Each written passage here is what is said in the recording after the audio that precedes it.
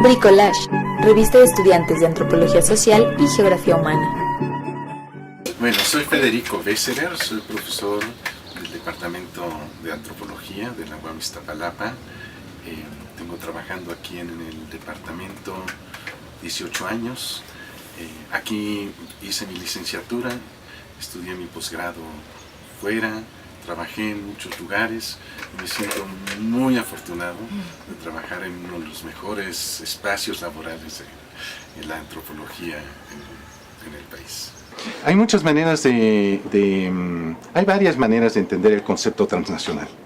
Para unos es podríamos decir, es una definición geográfica que implica más allá de la frontera, de las fronteras nacionales. Entonces tenemos migración internacional o transnacional, tenemos procesos sociales transnacionales, tenemos inversiones transnacionales de capital transnacional.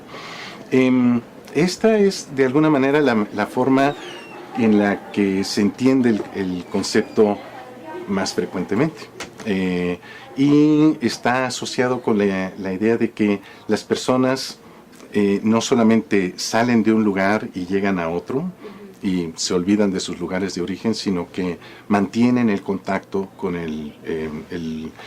la población o la ciudad de donde partieron originalmente.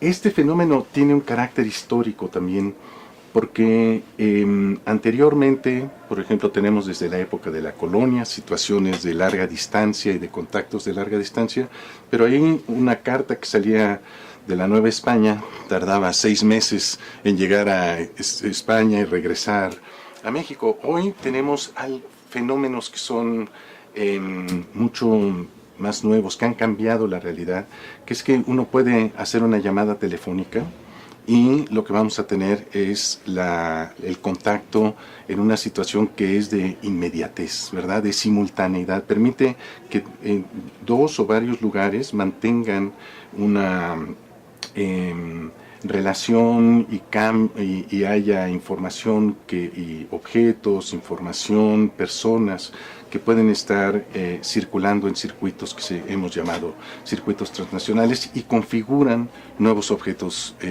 sociales, comunidades transnacionales, diásporas, barrios transnacionales, calles transnacionales. Entonces tiene también no solamente este sentido transfronterizo, sino también histórico, en el sentido de que los fenómenos transnacionales son nuevos en el tiempo. Para algunos, la condición transnacional es algo propio de finales del siglo XX. Podríamos hablar, por ejemplo, de momentos en donde incluso los estados-nación se están transformando. Por eso tenemos ahora ciudadanías transnacionales o supranacionales, como en el caso europeo, o situaciones como la que hay en el caso del Estado mexicano, que reconoce que alguien puede tener doble nacionalidad. Entonces, estas nuevas condiciones transnacionales, donde un Estado reconoce a un ciudadano de otro país como un nacional propio, son históricamente nuevas. Podríamos decir incluso para algunos, no es que haya desaparecido el Estado, sino que estamos ante una nueva definición de nación. Hablamos incluso a veces de naciones diaspóricas. El Estado mexicano, por ejemplo, habla ahora de crear una conciencia diaspórica entre los nacionales que viven en otros países como en Estados Unidos. Sobre todo si pensamos que 1 de cada 10 personas nacidas en México vive en Estados Unidos, la dimensión de esto es enorme y podríamos entonces pensar que tiene no solamente una dimensión geográfica, sino también hay una definición histórica del proceso o del concepto transnacional. ¿Cuáles son las nuevas situaciones para la antropología? ¿Verdad? ¿Por qué pensar en una antropología transnacional? Bueno, tiene que ver con que cuando nosotros llegamos a los lugares que vamos a estudiar, nos encontramos que ya no es posible hacer lo que hacíamos convencionalmente, que era primero definir el territorio, el campo, decimos los antropólogos, ¿verdad? Hacer trabajo de campo implicaba definir un espacio geográfico metodológicamente para después entender quiénes eran las personas que vivían ahí y cuáles eran las relaciones sociales que establecían. Hoy en día eso, algunos lo nombran nacionalismo metodológico. Es decir, usar las categorías del Estado-Nación, el pueblo, el municipio, el Estado, el país, para hacer primero el confinamiento o la definición de la unidad analítica para después entender los procesos culturales que se dan a su interior. Hoy, en cambio, podemos pensar en romper con el nacionalismo metodológico o con el territorialismo metodológico y primero preguntarnos cuál es la extensión de las relaciones sociales que se establecen, y esto nos lleva a nuevas geografías. Podemos hablar de comunidades dispersas en el espacio en muchas localidades. Un pueblo que tiene su asiento en un municipio en Oaxaca probablemente tenga 100 o 200 localidades de destino que siguen articuladas con la comunidad de origen. Entonces, digamos que metodológicamente necesitamos nuevas formas de aproximación. No es solamente un movimiento del pensamiento, es que tenemos una realidad nueva con la cual tenemos que contender los antropólogos. De ahí surge entonces la idea de una antropología transnacional, ¿verdad? Que tenga una aproximación transnacional, que sea capaz de aprender el objeto de estudio que tradicionalmente hemos visto los antropólogos, la cultura, las comunidades, las economías domésticas, la familia. Ahora está son nuevos sujetos con nuevas características y necesitamos por eso una nueva metodología. Entonces, como platicaba yo antes, no solamente se trata de tener una nueva metodología, sino que estamos también ante un requerimiento, que es que ¿cómo hacemos para construir un marco teórico que no esté tampoco anclado en unidades nacionales? ¿Cómo salir de la antropología británica, la antropología francesa? Porque de lo contrario lo que estaría pasando es que estudiaríamos a una persona en México desde la perspectiva de la antropología mexicana, pero a sus parientes en Estados Unidos desde la perspectiva de la antropología estadounidense, y tendríamos un sujeto partido por perspectivas teóricas distintas. Entonces, con eso lo que vemos es que hay un plano empírico, hay un plano metodológico, hay un plano teórico en el cual estamos trabajando para producir algo que podríamos llamar estudios transnacionales. Hay otra vertiente que trataba yo de introducir con los comentarios anteriores, que es que no es solamente una dinámica que se da dentro de la antropología, sino que los estudios transnacionales es algo que están trabajando los geógrafos. La gente de ciencia política es quien ha desarrollado una parte muy vigorosa de este marco analítico. Entonces tenemos en la antropología, a través de los estudios transnacionales, hemos construido un diálogo con otras disciplinas. Pues Eric Wolf, Sidney Mintz, ellos pensaron ya en una etnografía que podía ser, por ejemplo, como en el caso de Sidney Mintz, seguir el azúcar, ¿no? Azúcar y poder es un antecedente importante que no se llama a sí mismo antropología transnacional o estudios transnacionales, pero es ya instrumentalmente nos brinda muchas herramientas para poder pensar en que podemos comprender procesos que son muy distendidos en el espacio y que tienen estas características. Probablemente quien sintetizó de la manera más clara muchas de las posibles aproximaciones fue George Marcus, que en Annual Review of Anthropology, una importante revista de revisión del estado de la antropología, en 1995 nos propuso varias aproximaciones. La primera era, sigue la cosa, sigue el objeto. Entonces podemos estudiar, por ejemplo, un objeto y hacer una especie de fetichismo metodológico, que es seguir la ruta que sigue un objeto. En este departamento se hizo un estudio, por ejemplo, sobre el ámbar, y entender las relaciones sociales que preceden la circulación de este objeto y poder, a partir de identificar estos objetos, comprender la sociedad que les da sustento y que explica por qué circula por esos lugares y por qué llega y por qué se transforma de esa manera.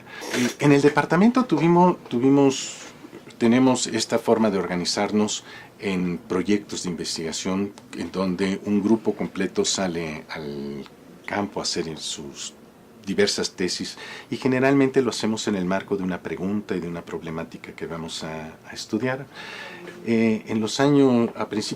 A finales de los años de la década de los 90, de los años 1990, nos planteamos aquí algo que nadie había hecho antes, que era la pregunta: ¿podemos hacer el estudio de una comunidad transnacional? Podríamos hacer una etnografía transnacional que tratara de dar cuenta de las múltiples modos de vida, de la multiplicidad de conexiones que puede haber en una comunidad que tiene las características de ser una comunidad con fuerte migración. Y entonces, con esa pregunta, iniciamos un trabajo de campo en Oaxaca, en la comunidad de San Juan Mixtepec, y uno de las alumnas se preguntó, bueno, ¿qué es una currícula educativa cuando está vivida por un migrante? ¿Cuántas escuelas pasas? ¿Cómo entiendes la construcción de una currícula escolar, de una trayectoria educativa por parte de una persona que pasa por muchos escuelas, distritos escolares, que atraviesan muchos campos? Entonces esa fue una de las tesis que se hizo. Otra de las tesis era sobre las formas de música y baile de esta comunidad, que realiza fiestas del Santo Patrono en Baja California, en Florida. Y entonces una de las tesis fue sobre chilenas y chilolos, ¿verdad? Las chilenas son una forma de música, y los chilolos son una forma de representación con máscaras y con ropaje apropiado. Y de esta manera dividimos a la comunidad en varias dimensiones analíticas. 6 meses, un primer periodo lo pasaron en Oaxaca, y luego viajaron con las familias a muchas localidades en Estados Unidos. Logramos hacer entonces lo que yo creo que es la primera etnografía de una comunidad transnacional que se haya hecho con esta precisión y con esta densidad etnográfica. No creo que haya otro ejemplo parecido a este. A partir de ello, desarrollamos muchas herramientas y emprendimos la tarea con un segundo grupo, de hacer un trabajo comparativo. Y se hicieron etnografías de 9 comunidades mixtecas migrantes. Nos enfocamos en ese momento en la transnacionalización de los sistemas de cargos y cómo era que las comunidades mantenían su forma de gobierno tradicional, aunque, como descubrimos, algunas veces las autoridades eran nombradas en México pero vivían en Estados Unidos. ¿Cómo se toman las decisiones? ¿Cómo se hacen las asambleas? ¿Cómo se negocian las conclusiones cuando tienes grupos tomando acuerdo en Guajuapan de León, en Santa María, California, en Oregón? ¿Cuáles son las estructuras? Entonces ese fue uno de la segunda etapa. Y la tercera etapa, la tercera etapa fue que un alumno o alumna pudiera realizar una etnografía de todas las dimensiones de una comunidad a partir de las herramientas que habíamos generado, para poder hacer una comparación de distintas dimensiones de distintas comunidades. Y fue así como generamos una batería importante, un número muy importante de casos de comunidades transnacionales, donde los alumnos hicieron trabajo de campo en México y en los Estados Unidos. Esto dio como origen una colección de libros, porque pudimos publicar estas tesis como libros, que se llama la colección Estudios Transnacionales, que tenemos aquí en el departamento y que ya tenemos un número muy importante de tesis de licenciatura y de doctorado publicadas en esta colección. Así es que lo que tenemos ahora es una herramental para poder hacer etnografía de comunidades transnacionales de origen rural, estandarizada y que puede ser realizada por un alumno de licenciatura con una perspectiva multilocal, como nos proponía Marcos. Y este trabajo fuimos a una siguiente etapa, que fue buscar. Sabíamos que las comunidades indígenas tenían elementos muy propios que permitían ver con mucha claridad la conexión transnacional. Veíamos que tenían instituciones como el sistema de cargos, como los sistemas de parentescos, como los sistemas de fiestas, que eran muy evidentes y que mantenían la coherencia al interior de la comunidad. No sabíamos cómo sucedía eso en Zacatecas, en Veracruz, en Puebla, con comunidades que no fueran indígenas. Y entonces esa fue una siguiente etapa que nos llevó a hacer el estudio de comunidades en distintos circuitos migratorios. Y tenemos entonces esa etnografía que está esperando ser publicada todavía. Entonces esa fue ejemplos de algunas de las tesis. Habíamos estandarizado ya una metodología para entender la vida transnacional de las comunidades rurales, incluso indígenas. Lo que encontramos aquí fueron procesos muy importantes. Por ejemplo, uno de estos fue que hay un proceso por el cual estas comunidades permiten el desarrollo tanto de los lugares de origen y de destino. En los lugares de destino en Estados Unidos ofrecen su mano de obra, su fuerza de trabajo. En los lugares de origen aportan recursos económicos y de otra índole, de tal manera que propician el desarrollo. Por eso incluso en algunas teorías o algunas políticas públicas se ha llamado a la migración una herramienta para el desarrollo. Lo que descubrimos, sin embargo, era que había un empobrecimiento generalizado de la comunidad. Es decir, que la comunidad transfería recursos a los lugares de origen y destino, pero que no había realmente una política pública destinada a el desarrollo de las comunidades transnacionales mismas. En ese contexto, por ejemplo, tuvimos experiencias increíbles para las cuales sirvieron nuestros estudios. La primera de ellas fue la construcción del primer banco transnacional. Una comunidad indígena nos dijo: oigan, necesitamos que nos ayuden a hacer una evaluación del sistema de remesas, porque sabemos que cuando nosotros depositamos en un banco en Estados Unidos y una tienda en México nos entrega el dinero, en ese proceso se pierden recursos muy importantes, un porcentaje a veces de más del 20%.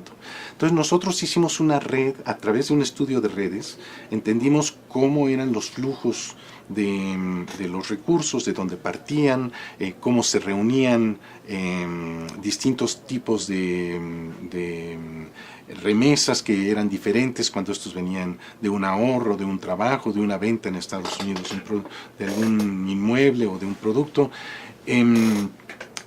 Pero estábamos sorprendidos porque la comunidad nos decía: queremos hacer un banco y queremos que ustedes nos digan, y por eso hicimos el estudio de redes, dónde vamos a poner la sucursal de nuestro banco, ¿verdad? Entonces hicimos un estudio de redes y vimos dónde era más propicio en términos de que la comunidad tuviera acceso en Estados Unidos y en México a la sucursal de origen y a la matriz en la comunidad. Claro, la decisión la tomó la comunidad al final y lo hicieron en realidad, los pusieron en donde había una mayor organización comunitaria para poder garantizar que no iba a haber pérdidas de recursos o problemas derivados de que el dinero no llegara a su destino. Y ellos lograron establecer un mecanismo a través de 2 cuentas bancarias establecidas en un banco de cómo a través de ese mecanismo podían reunir los recursos de los Estados Unidos en una cuenta, enviarlos a una sola cuenta en México y de aquí redistribuirlas. Claro, todo basado en los mecanismos de confianza y de respeto internos de la comunidad. Era la propia institucionalidad de la comunidad la que hacía que este sistema bancario funcionara. Fue el origen de un nuevo modelo que se ha implementado en todo el país. Así es que una comunidad indígena, a partir de una técnica antropológica, logró echar a andar un proyecto que puso su granito de arena para diversificar la forma en que se enviaban remesas a México sin que esto implicara un empobrecimiento de la comunidad, que permitiera el desarrollo comunitario propiamente. Y como eso hemos hecho otras técnicas y herramientas en algo que podríamos llamar una antropología práctica. Es decir, que los propios sujetos practiquen la antropología. Nosotros fuimos los etnógrafos y las herramientas de una comunidad para echar a andar proyectos que les permitieran dar solución a sus propios problemas. Hoy algunos de estos miembros de estas comunidades son antropólogos ya recibidos y connotados y que ellos mismos están haciendo una antropología transnacional que podríamos decir que parte de la autoetnografía, del autorreconocimiento de problemas que uno a veces no puede identificar. Ahora, hicimos un movimiento que me parece que fue para nosotros un reto. Estudiar una comunidad indígena es lo que hemos hecho los antropólogos durante muchos años, tenemos todas las herramientas, pero estudiar una ciudad transnacional, esa era una nueva tarea que no resultó fácil hacer. Y para contestar la pregunta de la relación entre lo global y lo transnacional, bueno, hay muchos estudios que han enfatizado en la relación, en el proceso de globalización de las ciudades. La idea de lo global aquí pareciera que es un tema de escalas. Es decir, tú puedes tener una escala local, una escala regional, una escala nacional y una escala global, ¿verdad? Hay procesos, hay empresas globales, hay procesos financieros globales, hay formas de regulación global. Y muchos de estos estudios hablan de la relación local-global, de cómo se puede resistir frente a una política pública que tiene, o una forma de inversión que tiene la dimensión global, desde formas de organización local. Bueno, ese es un eje de análisis que podría ser entendido muy bien en una ciudad, como un proceso de globalización transforma la vida de los habitantes de una parte de la ciudad, de una colonia o de una calle. Otro eje de análisis sería el transnacional, que parte de lo local también, pero que no necesariamente se estructura en términos de estas diferentes escalas. Podríamos más bien usar el concepto de ámbitos. ¿Qué pasa con una calle que se transnacionaliza? ¿Verdad? Cuyos habitantes viven en Myrtle Beach y mantienen un contacto con la misma calle en la colonia Arboledas en la Ciudad de México. Estamos hablando de una calle transnacional que no necesariamente pasa por la escala regional, nacional y global para poder hacer su conexión. En el ingenio popular tenemos muchas palabras que definen ya estas características, ¿verdad? Hay quienes hablan de Netzayork, que sería una representación de la ciudad transnacional, que es diferente que la ciudad global. En este contexto con esa idea fue que iniciamos una segunda etapa de nuestro programa de investigación e iniciamos un programa sobre la ciudad transnacional, en donde uno de los trabajos fue la calle transnacional, otro más la colonia transnacional, y un ejemplo muy claro que nos puede explicar cómo se configuran estas nuevas urbanidades sería el caso del barrio chino, porque los barrios chinos de América están conectados y tienen una relación estrecha de carácter económico, lingüístico, religioso, cultural, que puede ser explicado mejor si podemos entender la conexión entre el barrio chino de San Francisco y el barrio chino de la Ciudad de México, por ejemplo.